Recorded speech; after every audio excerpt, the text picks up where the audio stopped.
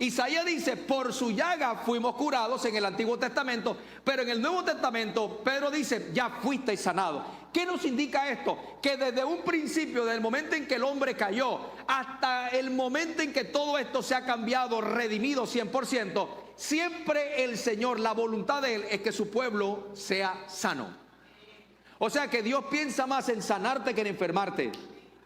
Y escuchen lo que le voy a enseñar en esta mañana, porque hay gente que dice, bueno, ¿será que esta enfermedad me la envió Dios? ¿Quién sabe qué querrá enseñarme el Señor con eso? Ese es un error y una mentira del enemigo, y es lo que nos ha enseñado durante mucho tiempo atrás como algo falso. Dios nunca te va a mandar una enfermedad para tratar contigo. La enfermedad no viene de Dios, Él es el autor de la sanidad, por lo tanto de Él esperamos sanidad. ¿Alguien está aquí? Ahora bien, dice la Biblia de algo poderoso. Ahí dice que fuimos sanados, no que de pronto vamos a ser sanados, no. La Biblia dice que fuimos sanados. Y lo interesante de la Biblia, escuche esto, es que la Biblia da por hecho lo que somos. Tres amenes. Yo dije, la Biblia da por hecho lo que somos. Y si la Biblia dice que somos sanos, eso es lo que somos. Entonces levante su mano y diga, yo soy sano. Entonces va a tener que cambiar su oración, porque a veces nos encontramos, ay Señor, sáname. Señor, yo te pido que me sane. Señor, ten misericordia de mí. Señor, sáname. Señor, sáname. No, ya Él te sanó. Tres amenes. Yo dije, Él te sanó. La Biblia dice que Él te sanó. La Biblia siempre dice lo que nosotros somos. Amén. Ahora, es interesante porque Pedro dice, fuimos sanados. Y aunque aparece escrito, la gramática muestra como algo del pasado, tiene una gran vigencia lo que es en el presente y en el futuro. Esto me indica que el Señor llevó todas nuestras enfermedades pasadas, presentes y ¿qué más? Y futuras. ¿Por qué? ¿Y por qué creo eso? Porque está establecida la palabra. Entonces la palabra establece lo que somos. Y cuando a mí la Biblia me dice que somos sanos, yo creo eso. Y de ahí no me muevo. Y de ahí usted no se mueva. Amén. Entonces diga, yo soy sano. El problema ha sido resuelto. El Señor trató el problema. Ahora bien, para poder comprender un poco más esto, tenemos que irnos a los inicios, porque la pregunta es, ¿qué fue lo que sucedió? ¿Cómo fue que la enfermedad llegó entró al mundo o entró a la raza humana? Ahora, hay gente que se pregunta, ¿por qué Dios, pastor, me dicen, pastor, ¿por qué Dios siendo tan bueno? ¿Por qué permite que las enfermedades se den? ¿Por qué los niños están muriendo de cáncer? Pastor, ¿por qué Dios no aniquila todo eso y quita y borra todo eso? Son preguntas muy interesantes. Pero lo primero que nosotros tenemos que entender, óigame bien, es que mientras nosotros estemos aquí en la tierra, todavía estamos en un mundo caído. Y nadie es exento de enfermarse, cristianos o no cristianos.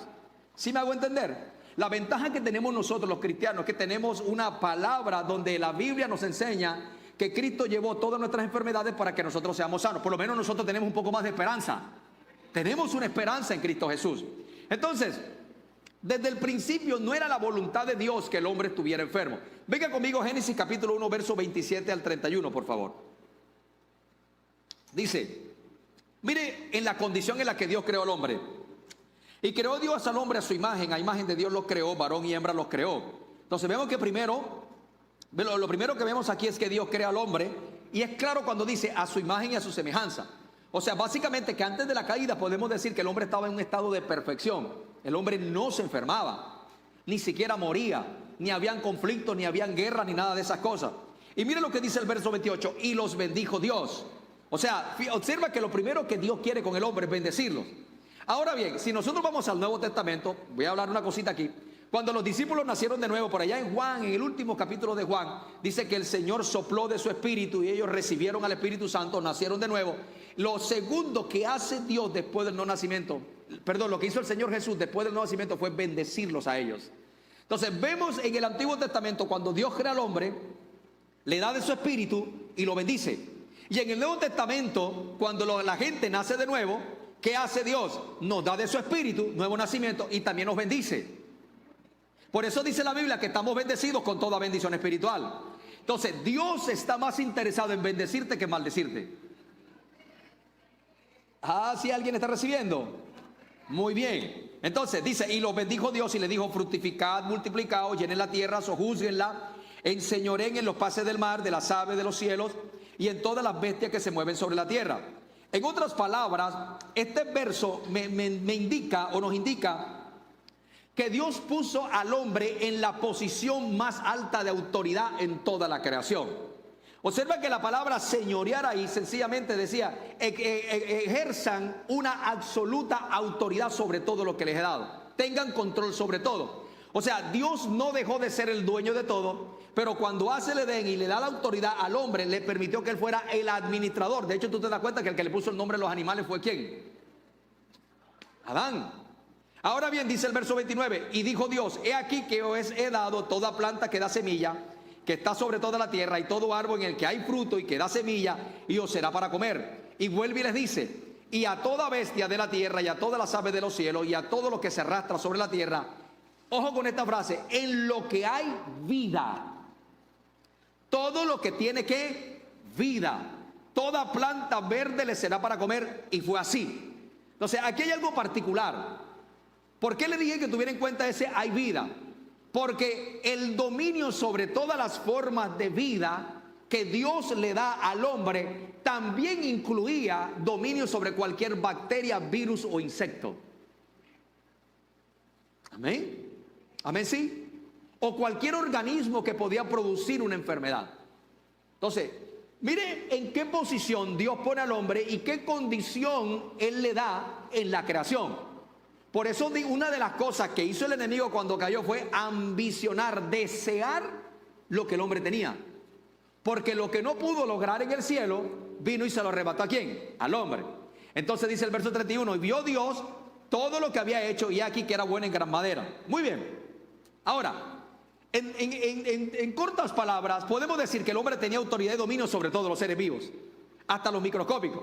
Pero resulta que sucedió algo, porque lo primero que Dios le dice al hombre es, puede comer de todos los frutos del árbol, excepto del árbol del conocimiento del bien y el mal. De eso no me lo toques. ¿Qué nos indica esto? Que Dios siempre se reserva algo para él. Y cuando Dios dice, esto es mío, eso es intocable. Amén. Por eso, cuando Dios te llamó a ti, Dios ha reservado tu vida para él. Por eso tú eres intocable. ¿Sí me entiendes? Porque cuando alguien se levanta contra ti, entonces Dios sale en tu defensa. Porque tú eres una reserva para Dios. Dios te ama. Tú y yo le pertenecemos ¿a quién? Al Señor. Ahora, Dios le dice a Adán, come de todos los árboles excepto este, porque el día que tú comas de este árbol ciertamente morirás. ¿Qué fue lo que hizo Adán? Le abrió puertas a cosas terribles que entraron a la humanidad. Entonces, en Génesis capítulo 3, versos del 3 al 4, ahí hay un diálogo entre la serpiente y la mujer. No me voy a detener a explicar qué fue lo que sucedió ahí, usted lo conoce muy bien. Pero la mujer le está explicando, le está diciendo a la serpiente que ella puede comer de todos los frutos excepto del árbol del bien y del mal. Es lo que le está diciendo. Él le dice, Dios me dijo, no comeréis de él ni le tocaréis para que no ¿qué? Muráis. Por primera vez aparece la palabra muerte en la Biblia. Ahora bien, pero la serpiente le dijo, con que Dios dijo que no muráis. Y usted conoce el resto de la historia. El problema aquí fue que ellos desobedecieron. Y en el momento en que ellos desobedecen, inmediatamente la muerte entró a la raza humana. Eso fue lo que sucedió. Dios se lo advirtió y le dijo, no me desobedezca para que ustedes no tengan que experimentar esto. Entonces, desde el momento en que el hombre desobedece, experimenta dos tipos de muerte. El primero fue la muerte espiritual y la segunda fue la muerte física. Por eso ustedes se dan cuenta que cuando él está hablando de muerte, morir, Dios le dice de muerte, no estaba hablando de la muerte espiritual como tal, de la muerte física, sino de la muerte espiritual. Acuérdense que cuando ellos pecaron, ellos siguieron hablando con Dios, siguieron en comunión con Dios.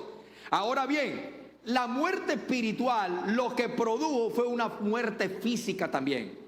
El hombre no había sido creado para morir, pero ahora por la separación espiritual que se dio entre Dios y el hombre por causa del pecado, entra la muerte física.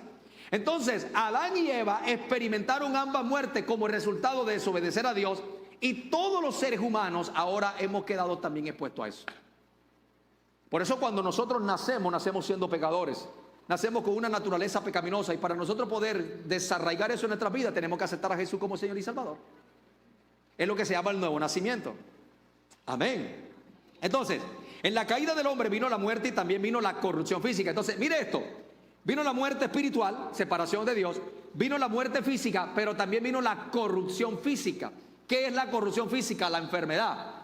Ahí es donde tanto la muerte espiritual y la corrupción física, la enfermedad, entraron en el caudal sanguíneo del hombre, y por eso de generación en generación nacemos siendo pecadores y estamos expuestos a estar enfermos.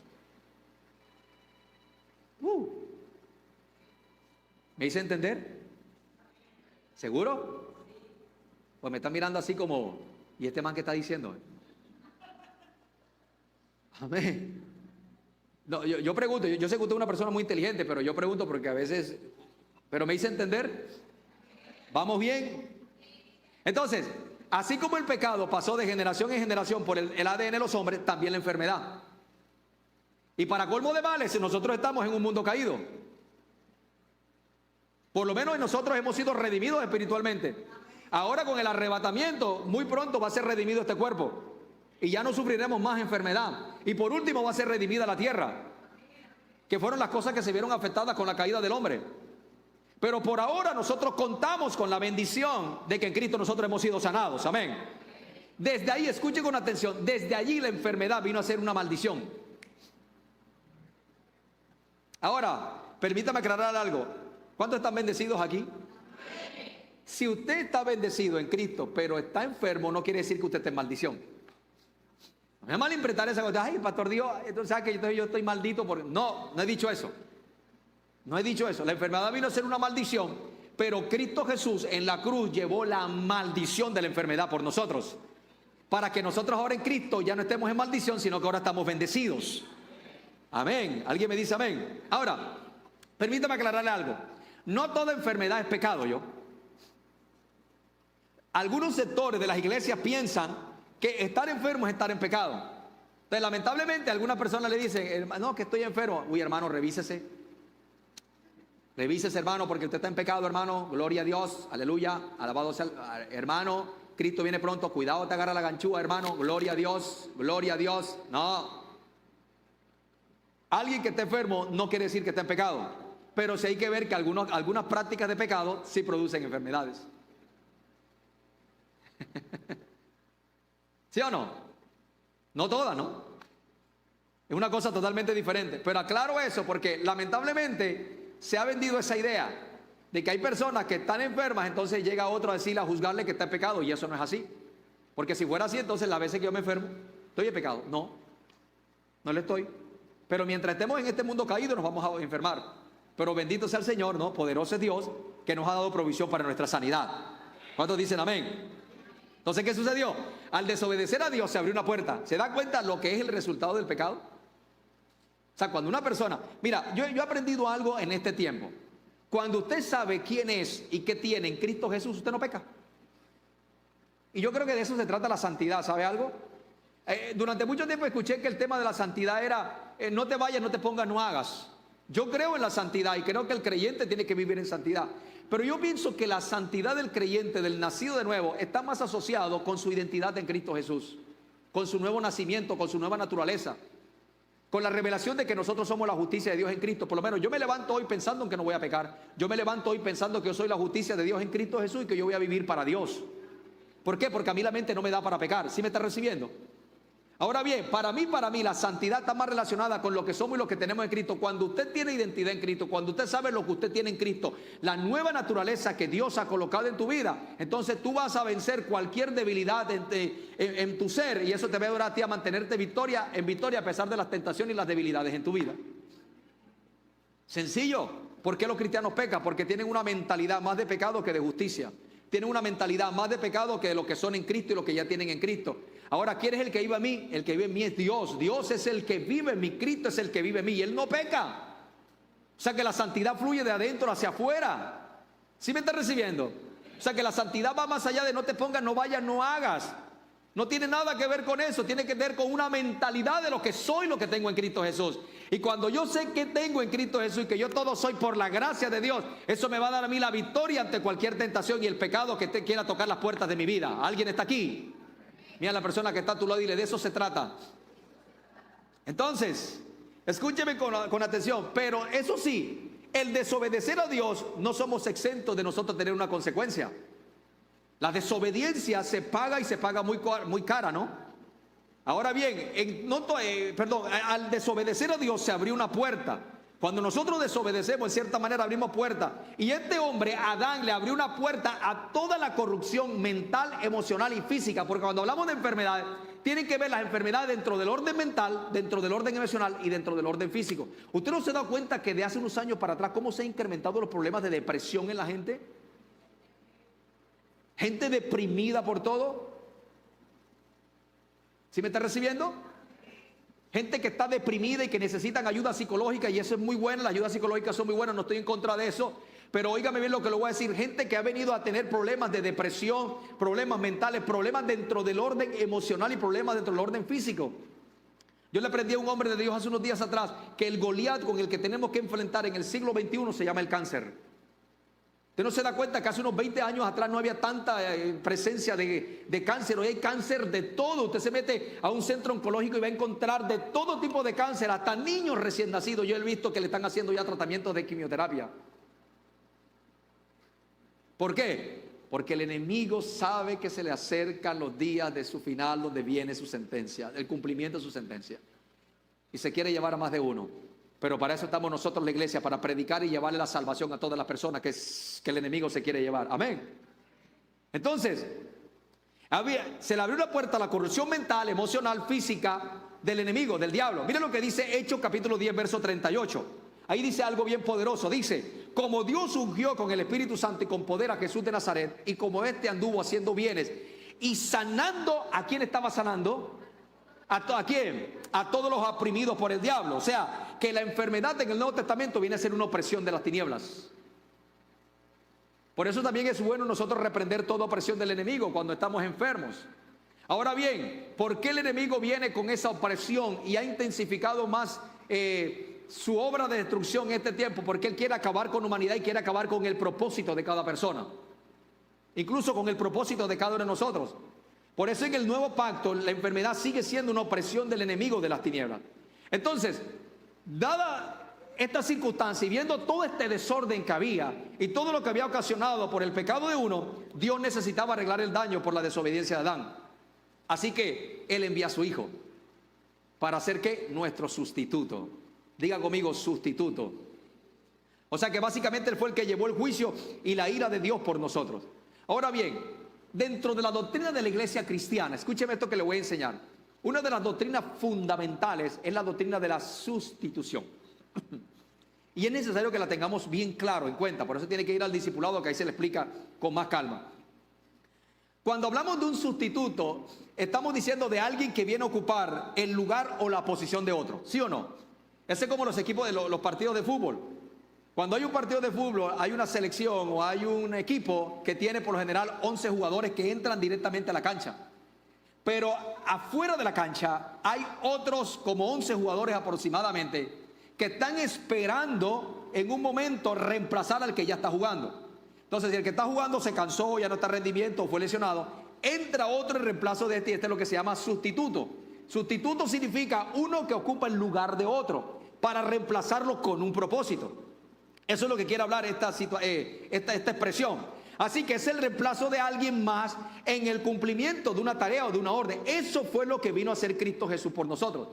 Él no solamente, Él vino a rescatar nuestra vida de toda forma de destrucción física, espiritual y emocional. Y Él tuvo que ser nuestro sustituto en la cruz del Calvario.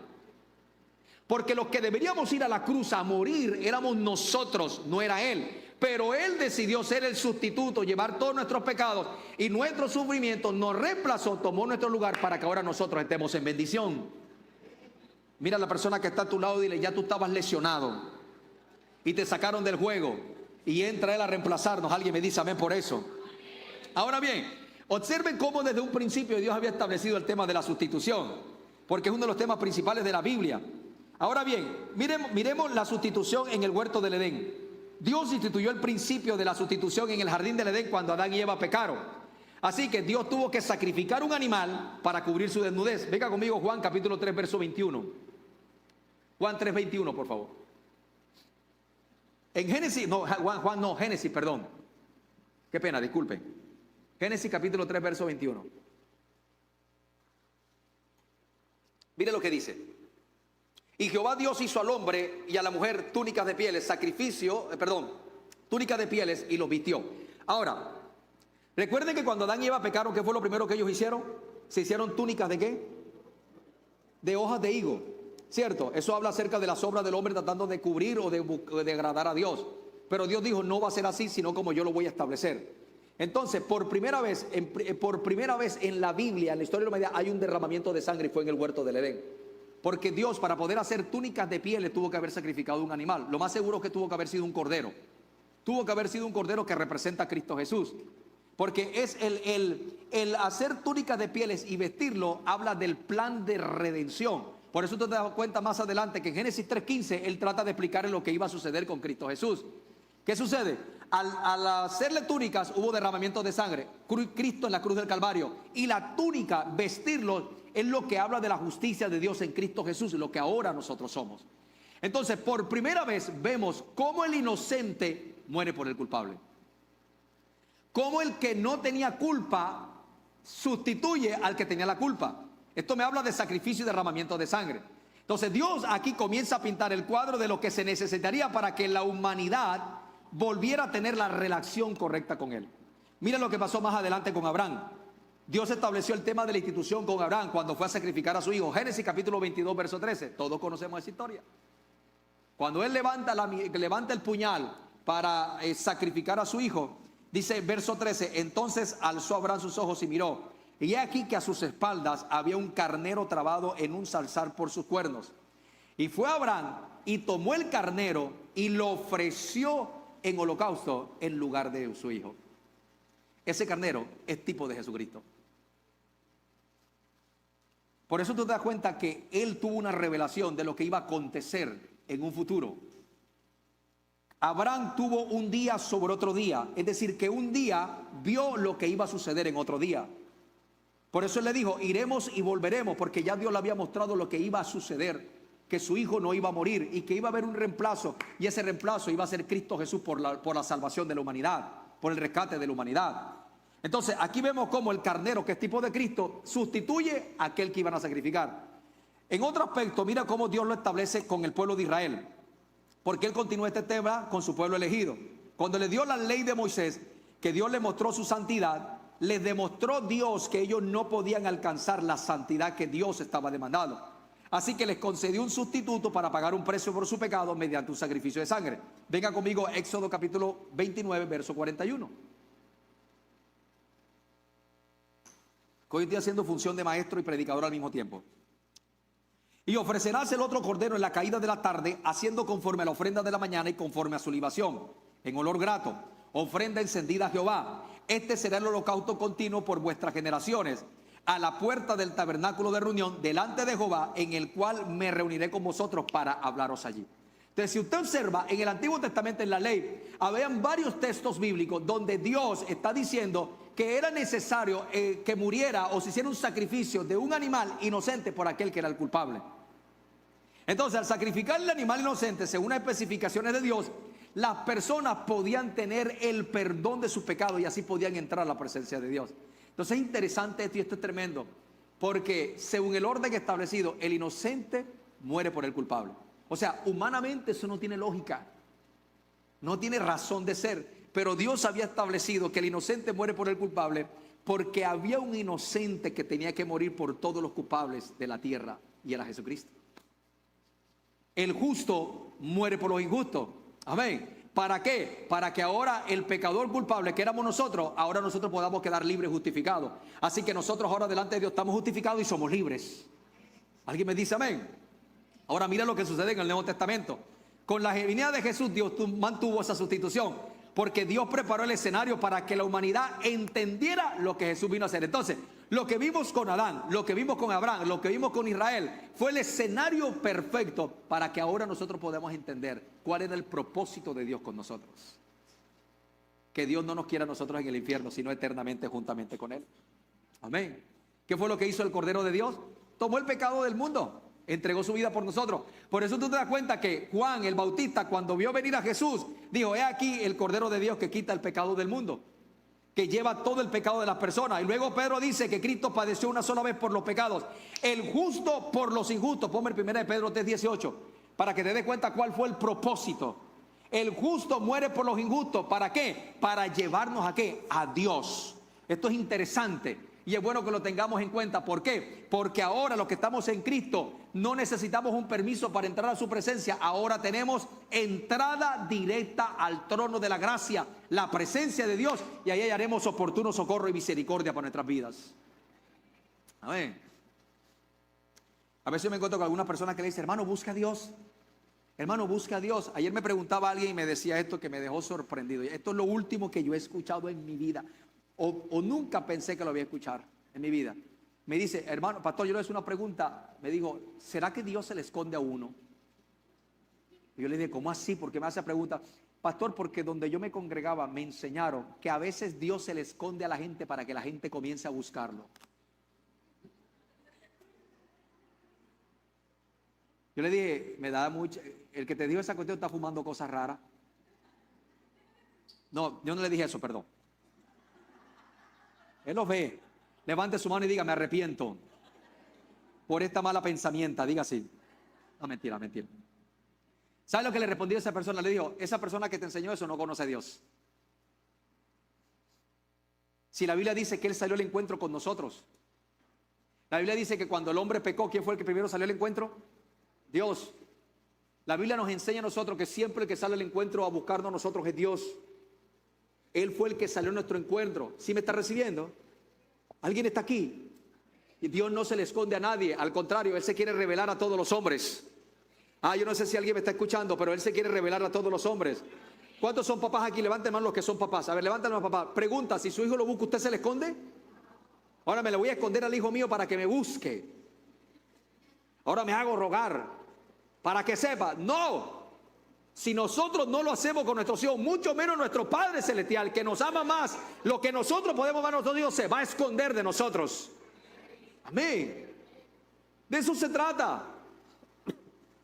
¿Para qué Él no? ¿Por qué el justo murió por los justos? Para llevarnos ¿a quién? A Dios. Para volver a tener comunión con Dios. O sea, que si usted no tiene comunión con Dios, ya es culpa suya porque usted no quiere. No porque Dios esté escondido, ni porque te han cerrado la puerta. La puerta siempre está abierta. Los que decidimos entrar o no entrar somos nosotros. ¿Alguien me está recibiendo? Así que la puerta de su presencia está abierta para ti. Entra y encontrarás oportuno socorro y misericordia. Aleluya. Entonces, el único sacrificio aceptable por el pecado era una ofrenda perfecta. Esa ofrenda era Cristo. Mira, si nosotros hubiésemos tenido que ir a la cruz a morir por nuestro pecado, eso fuera insuficiente. Amén. ¿Por qué? Porque no somos perfectos. Solamente Jesús lo podía hacer. Ahora, Jesús es el hombre perfecto, cumplió con el requisito y se entregó voluntariamente por su vida. Juan capítulo 10, verso 18. Jesús dijo: nadie me la quita, nadie quita mi vida, sino que yo mismo la pongo. Así que tengo poder para ponerla y tengo poder también para volverla a tomar. O sea, Cristo se entregó voluntariamente para salvarnos. Ahí viene la profecía mesiánica que nos aclara mucho más acerca de la sustitución. Entonces, en Isaías 53 podemos ver cómo aquí Jesús fue nuestro sustituto. Venga conmigo, Isaías 53, en el verso que leímos. Mas el herido fue por nuestras rebeliones, molido por nuestros pecados, el castigo de nuestra paz fue sobre él, y por su llaga fuimos ¿qué? ¿Fuimos qué? Diga conmigo: fuimos curados. Ahora, permítame aclarar una cosita aquí. Lamentablemente algunas personas piensan que Jesús murió por los pecados del mundo y que todos irán al cielo algún día. Eso es incorrecto. Eso es incorrecto. Y le voy a explicar por qué. Porque los únicos que pueden ir al cielo son aquellos que han aceptado a Jesús como Señor y Salvador. Así de sencillo. Pueden hacer todas las buenas obras que sean, pueden ayudar al pobre, al necesitado, pueden hacer todos los beneficios, hacer todos los grupos, hogares para aceptar a todo el mundo. Pero si no ha aceptado a Cristo como Señor y Salvador, la misma palabra dice que son trapos inmundicias delante del Señor. Las obras. Para nosotros poder obtener la salvación y la vida eterna necesitamos aceptar a Jesús como Señor y Salvador. Ahora bien, la muerte sustitutiva de Cristo tiene que aplicarse personalmente en el corazón de cada persona. Así como la sangre de la Pascua que se aplicó en los dinteles y en los portales de la puerta cuando el pueblo iba a salir de Egipto hacia la tierra prometida. Apocalipsis capítulo 3, verso 20 dice: aquí yo estoy a la puerta y llamo, si alguno entra y abre, yo entraré a él, cenaré con él y él conmigo. Eso significa aceptar la muerte sustitutiva de Dios y aplicar la sangre de Cristo en nuestro ser para ser limpiados de nuestros pecados y adquirir la vida eterna. Amén. Así que Dios ofrece el sustituto, pero aprenda esto: nosotros debemos recibirlo. O sea, Dios ofrece el sustituto, pero el hombre debe recibir el sustituto personalmente, aceptando a Cristo por la fe. Amén. ¿Estamos de acuerdo? Miren lo que dice Efesios capítulo 2, versos del 8 al 9. A veces te das cuenta con personas que dicen: es que todos somos hijos de Dios. Es que todos somos hijos de Dios. A mí la Biblia me dice otra cosa. A mí la Biblia me dice que todos somos creación de Dios, pero los hijos de Dios son aquellos que han aceptado a Jesús como Señor y Salvador. Miren lo que dice Efesios capítulo 2, versos 8 y 9. Porque por gracia sois. ¿Somos salvos por medio de qué? ¿Por medio de qué? La gracia es un regalo de Dios. La salvación es un regalo que Dios nos da, y nos lo da ¿por qué? Por gracia. Nosotros lo recibimos es por medio de qué? De la fe. Y esto que no es de nosotros, pues es un don de Dios. Si nosotros tuviésemos cómo adquirir la salvación, entonces cuando Dios nos dé la salvación le digo: sí, pero acuérdate que yo hice buenas obras. No, nosotros no hacemos buenas obras para alcanzar la salvación, pero una vez que somos salvos, sí hacemos buenas obras. O sea que las buenas obras son el resultado de nuestra salvación, no para alcanzar la salvación. Para alcanzar la salvación, para alcanzar la sanidad, solamente tenemos que mirar a Cristo Jesús y aceptarlo por la fe. Eso es todo lo que tenemos que hacer. Amén. Amén, sí o amén, no. Ahora permítame decir algo un poquito más allá. Yo no pacto por mi sanidad, ni usted pacta por su sanidad. Porque cuando yo pacto por una sanidad, ¿sabe lo que le estoy diciendo al Señor? Básicamente lo que tú hiciste en la cruz no alcanzó para que tú me salves a mí, me sanes a mí. Así que es necesario que yo te pague para que tú me sanes. Mira la persona que está a tu lado, no dijiste amén, pero te cayó a ti también. ¿Sí me está recibiendo? Los milagros se reciben por la fe. La salvación usted la recibe por la fe. La sanidad usted la recibe por la fe. Porque miren lo que dice el verso 9. No por obras, para que nadie ¿qué? Para que nadie ¿qué? Entonces, si yo pacto por mi sanidad y soy sanado, yo le digo a Dios: Señor, no te debo nada, yo pacté.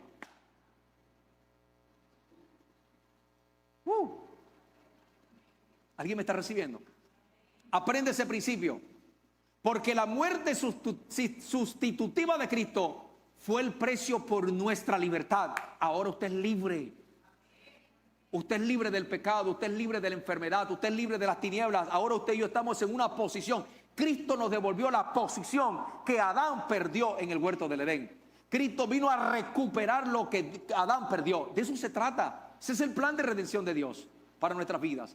Ahora usted está en una posición que el enemigo está debajo de sus pies, que usted tiene autoridad para decirle a la enfermedad: te vas de mi cuerpo, tú eres ilegal, porque ya por Cristo llevó todas mis enfermedades en la cruz del Calvario. Amén. De eso se trata. Diga conmigo: problema resuelto. Aleluya. Isaías 53 nos describe cómo Jesús es nuestro sustituto. Hay dos cosas ahí. Primero, llevó nuestros dolores. Segundo, nuestras enfermedades. Mira lo que dice: llevó nuestras enfermedades. En otras palabras, se llevó los achaques. Dile que está a tu lado: hasta los achaques. Hermano, ¿usted cómo ha estado aquí, pastor? Bueno, sano por la gloria de Dios, pastor. Soy sano en la gloria de Dios, pero un poquito achacado.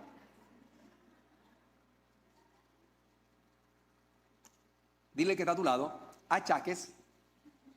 No, dile, achaques es sinónimo de enfermedad. Amén. ¿Alguien me dice amén? ¿Usted no se acuerda de la época cuando salió la chikungunya? Me daba tanta risa ver a mucha gente, y los cristianos no eran la excepción. Cuando se dio la chikungunya, no les podía tropezar una gripa porque ya...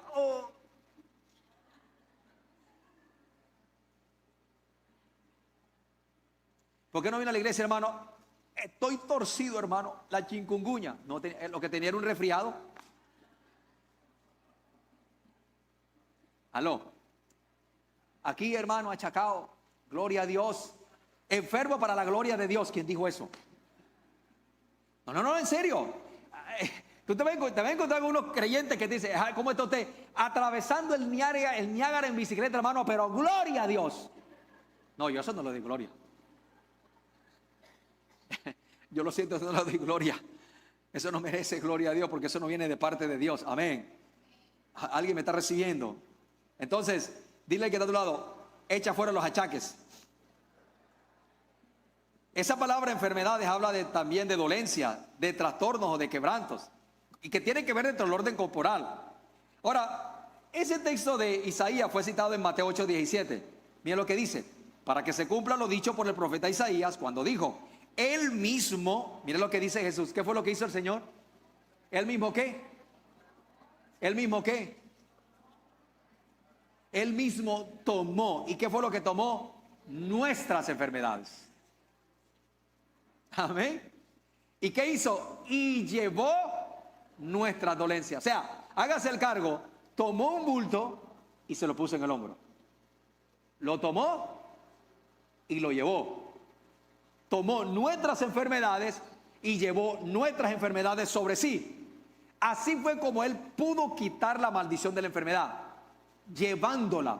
La palabra llevar significa alzar, remover, cargar y llevarse. ¿Y para qué llevó todo eso? Para que nosotros ahora disfrutemos de la sanidad. Amén.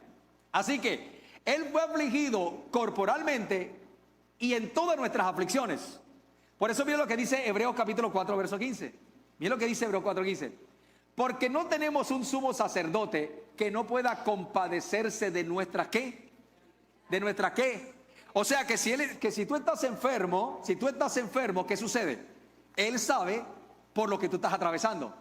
¿Por qué razón? Porque él llevó, ¿fue qué? Tentado en todo. Es lo que la Biblia nos está diciendo allí. Entonces dice, sino uno que fue tentado. La palabra tentar significa probar. Cristo fue probado físicamente. Él llevó nuestra prueba haciéndose una llaga y llevando nuestra enfermedad. ¿Para qué? Según nuestra semejanza, pero sin pecado. Así que esa fue la razón por la cual curó a los enfermos. Por eso tú te das cuenta que en Mateo, cuando él comienza a hablar de todos los milagros que Jesús hizo, hay una frase que dice que él sanó a todas las personas. Porque en el corazón de Dios es que todos seamos sanos. Amén. Entonces llevó nuestras enfermedades, cubrió nuestros dolores. Y es interesante porque esa expresión habla que él fue abrumado por las tinieblas.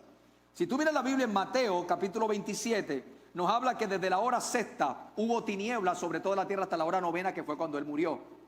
Él fue abrumado por las tinieblas y estaba llevando el juicio sobre nosotros, que nos debería caer a nosotros.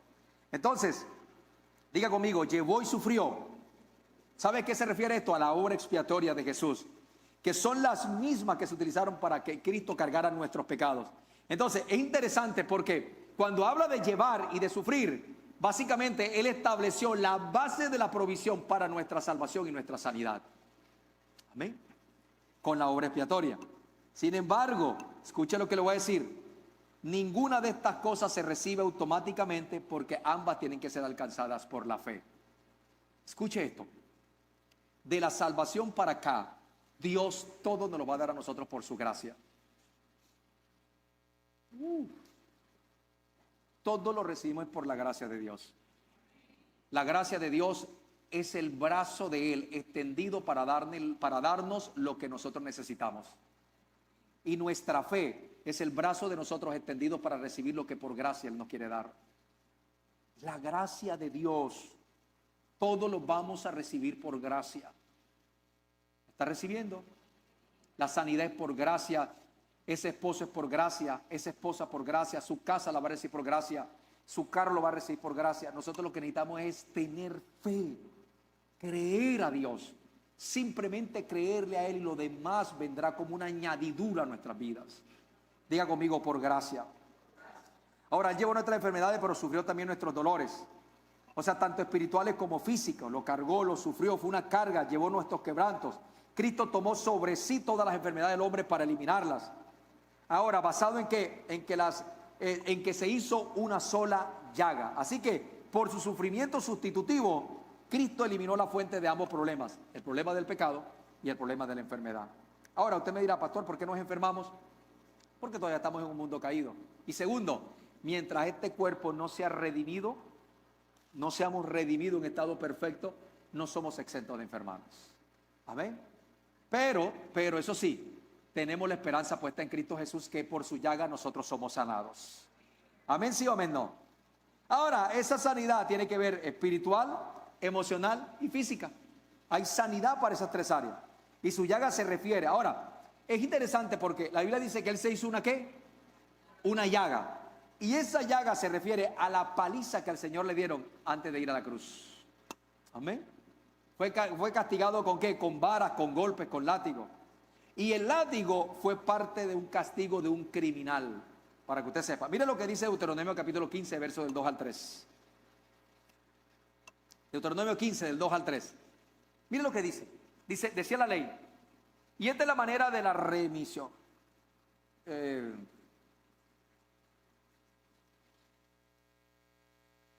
Deuteronomio 15, versos 2 y 3. ¿Sí? Bueno, aquí dice, y si el delincuente mereciera ser azotado, entonces el juez le hará echar en tierra y le hará azotar en su presencia. Según su delito será el número de azotes, y se podrán dar 40 azotes. No más, no sea que si lo hirieren, imagínate, o sea, con 39 no era suficiente, el 40 era el que lo hería. Y si lo hirieren con muchos azotes más que esto, se sienta tu hermano envilecido delante de tus ojos. ¿Sabe cuántos azotes recibió el Señor Jesús? 40.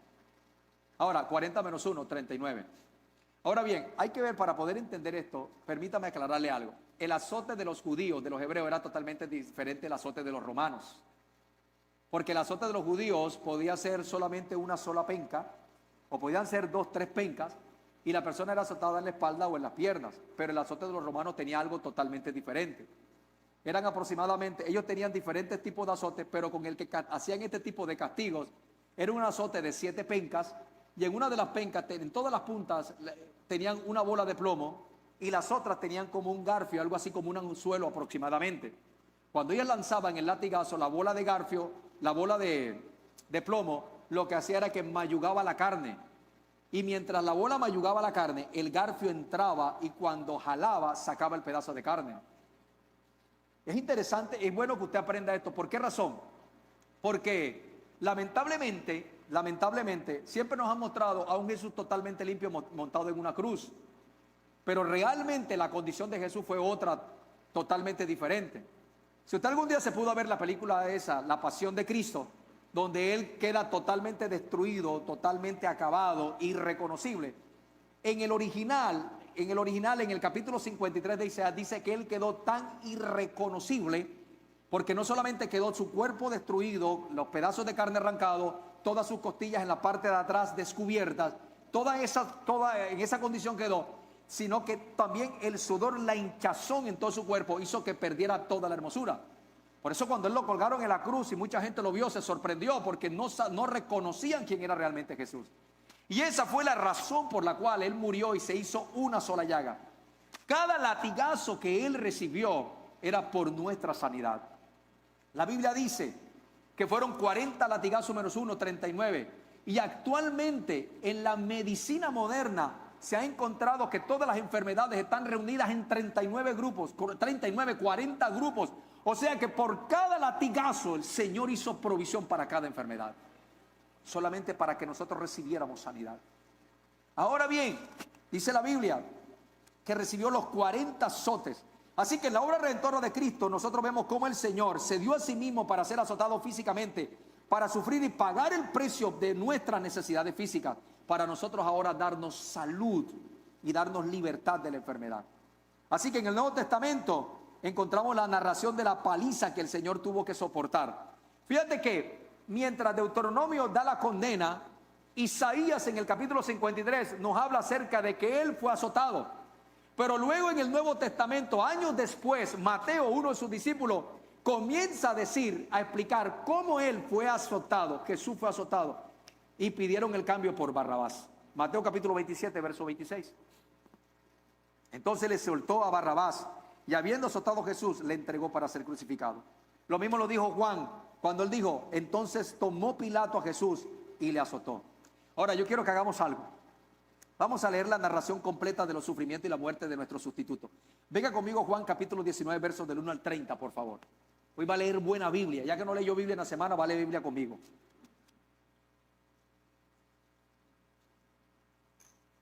Mire todo el relato de la pasión de Cristo.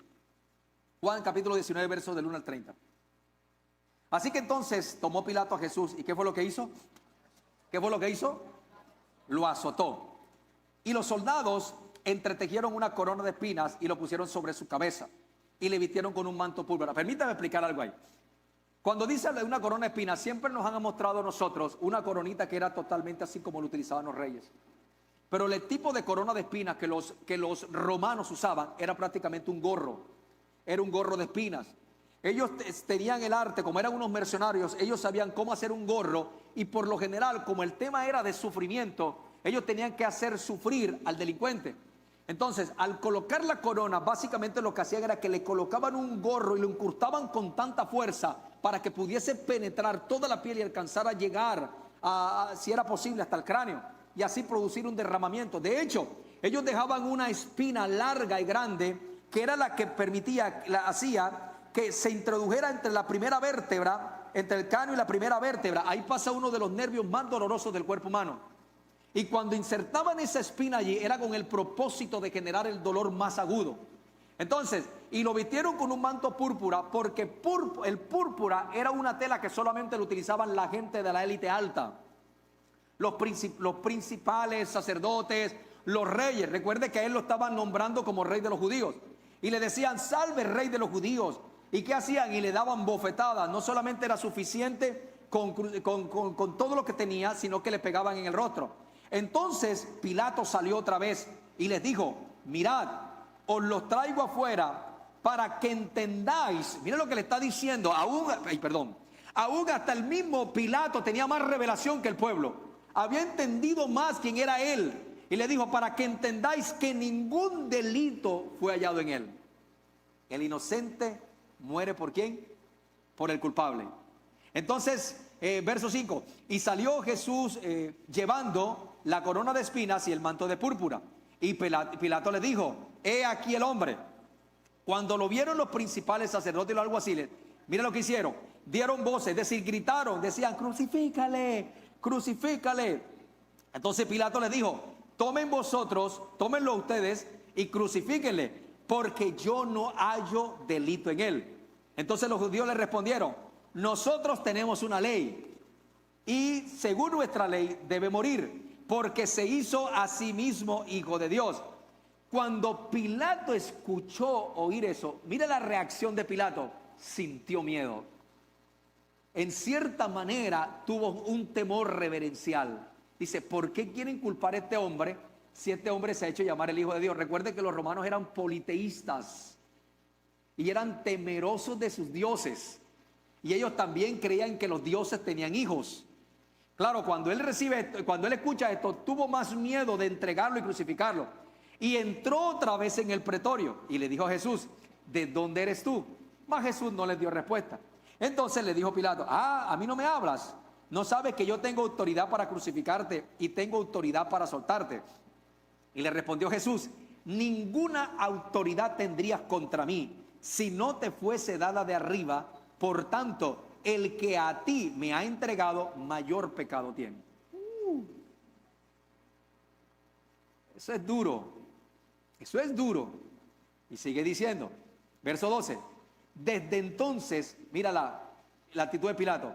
¿Procuraba Pilato qué?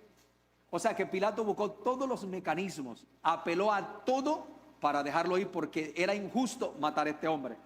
Entonces, dice el verso, desde entonces procuraba Pilato soltarle, pero los judíos daban voces diciendo, si a este sueltas, no eres amigo de César. Todo el que se hace rey, a César se opone. Ojo con esa expresión, porque ahora te vas a dar cuenta por qué ellos dijeron eso. Entonces Pilato, oyendo esto, claro, ¿quién se va a querer meter con el César? Lo más seguro era que si yo me oponía a lo que ellos querían, se me iba a formar una revuelta. Ese es el pensamiento de Pilato. Se me hace una revuelta y ¿qué va a hacer el César? Me va a mandar a ejecutar. Ahora bien, entonces Pilato, desde entonces, 13. Entonces Pilato, oyendo esto, llevó afuera a Jesús y se sentó en el tribunal en el lugar llamado El Ensolado, en hebreo Gábata. Y era la preparación de la Pascua. Y como a la hora sexta, entonces dijo a los judíos, he aquí vuestro rey. Pero mira la declaración de los israelitas, de los hebreos. Ellos gritaron, fuera, fuera, crucifícale. Y Pilato les preguntó, ¿a vuestro rey he de crucificar? ¿Y sabe lo que le respondieron ellos? No tenemos más rey que César.